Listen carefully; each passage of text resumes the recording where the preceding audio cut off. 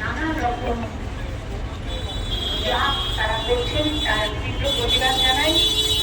আমার সকল শ্রমিক ভাইরা তাদের শ্রম কোনোভাবেই যেন ব্যর্থ না হয়।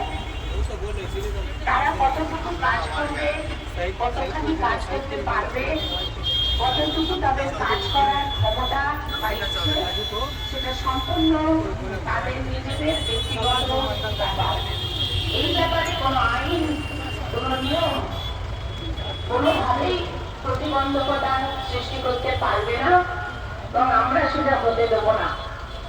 আমাদের নেত্রী মমতা বন্দ্যোপাধ্যায় আমাদের পাশে সবসময় আছেন, তার মূল্যবান সময় তিনি সর্বদা দিচ্ছেন আমাদের জন্য। সারা বাংলার প্রতিটি মানুষ, খেটে খাওয়া মানুষ যারা কাজ করে দিন যাপন করেন, তাদের পাশে তিনি সর্বদা রয়েছেন। আমি মনে করি আপনাদের